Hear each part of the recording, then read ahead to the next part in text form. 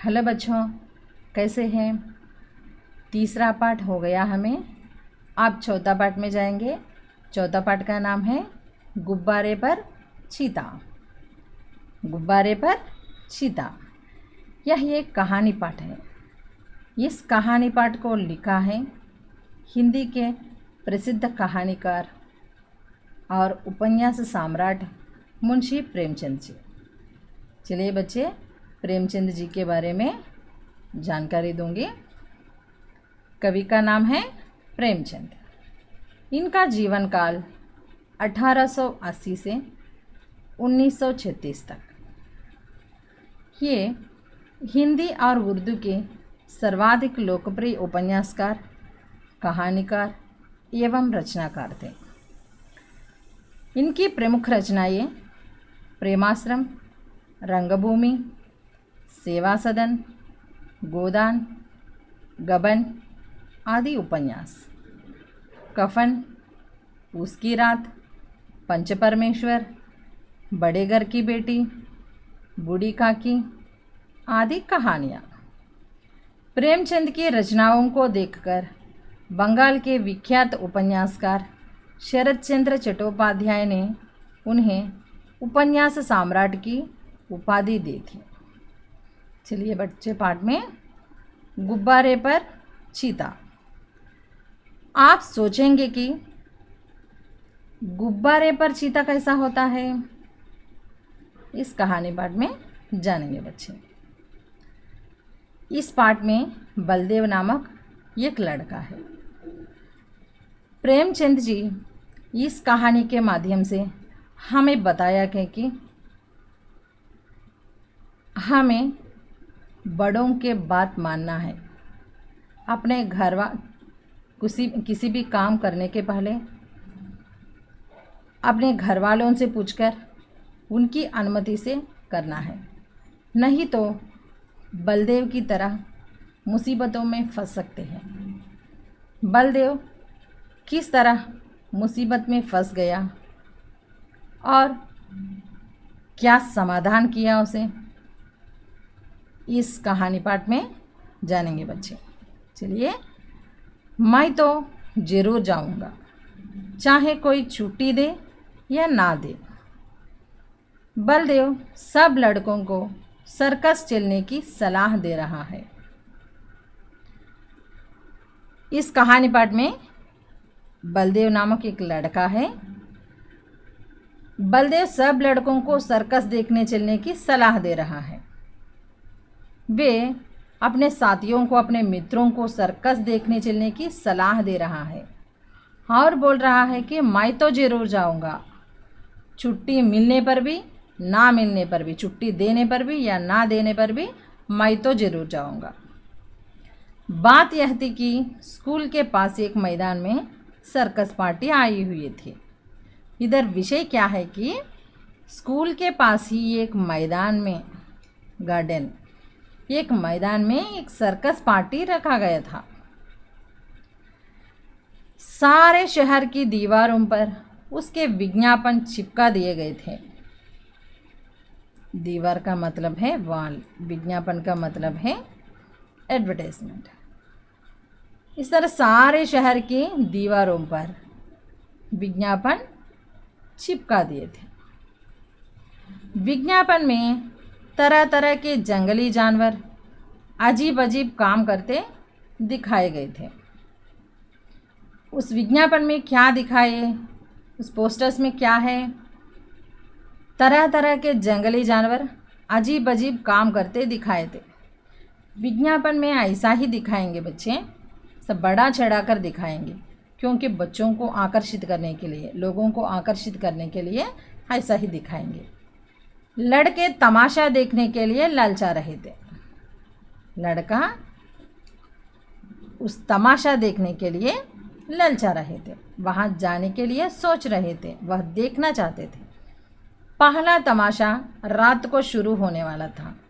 पहला तमाशा, first show, रात को शुरू होने वाला था, रात को आरंभ होने वाला था। मगर हेडमास्टर साहब ने लड़कों को वहाँ जाने की मना ही कर दी थी। लेकिन हेडमास्टर साहब बोल रहे हैं कि वहाँ मत जाना।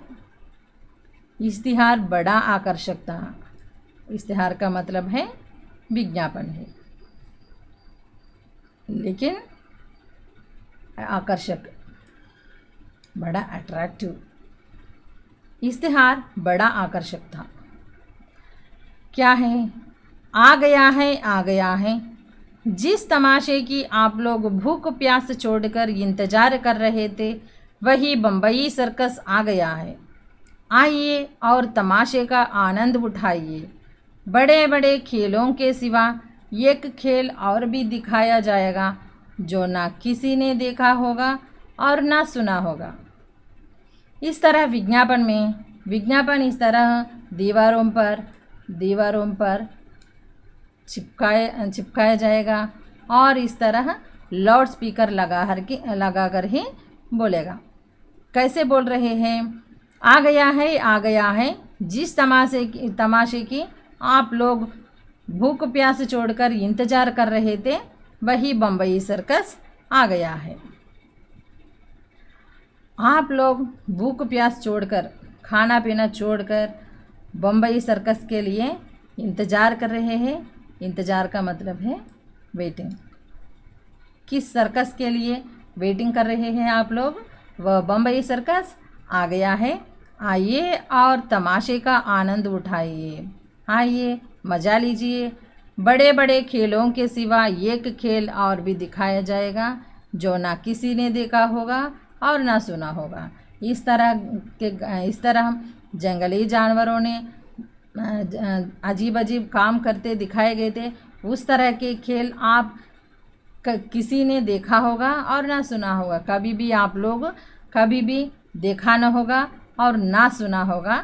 इस तरह लाउड स्पीकर लगाकर बड़े आवाज़ से बोल रहे हैं। इस तरह करने से, ऐसा ही करेंगे, इस तरह करने से लोग आकर्षित होगा।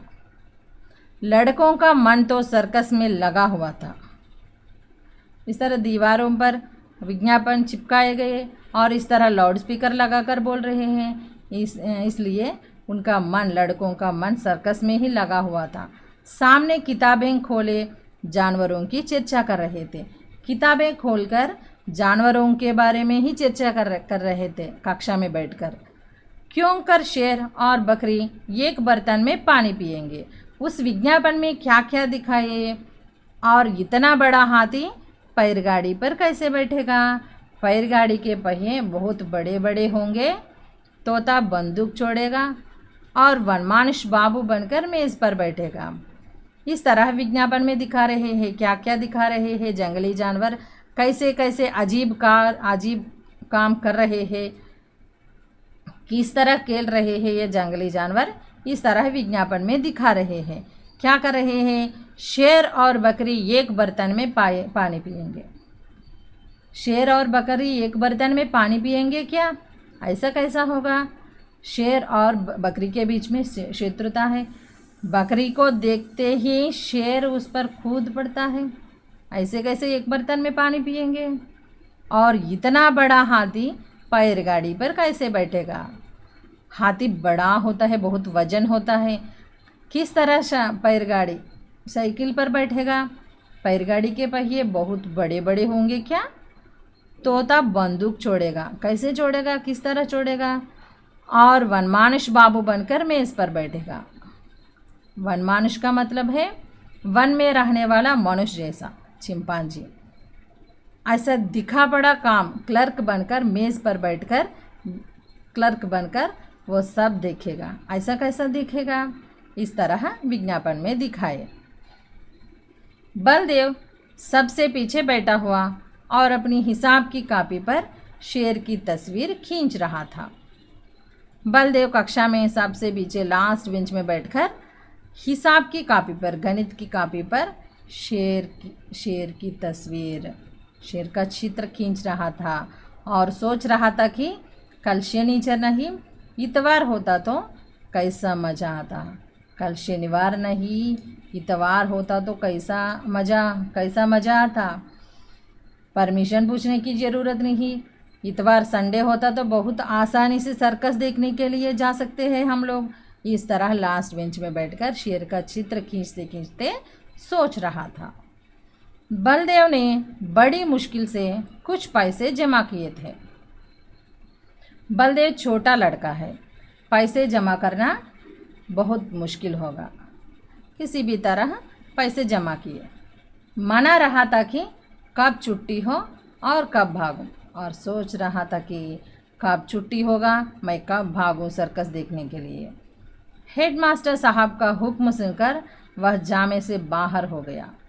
छुट्टी होते ही वह बाहर मैदान में निकल आया और लड़कों से बोला। हेडमास्टर साहब ने वहाँ ना जाने के लिए आदेश दिया। इस तरह आदेश देने से बहुत गुस्सा आ गया बलदेव को। छुट्टी होते ही, इधर छुट्टी का मतलब है ब्रेक।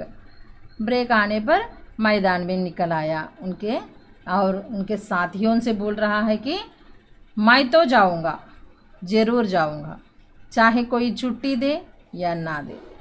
कोई छुट्टी देने पर भी ना देने पर भी मैं तो सर्कस देखने के लिए जाऊंगा। मगर और लड़के इतने साहसी न थे बलदेव की तरह। उनके मित्र बलदेव जैसा साहसी न थे। कोई उसके साथ जाने पर राजी ना हुआ। बलदेव अब अकेला पड़ गया।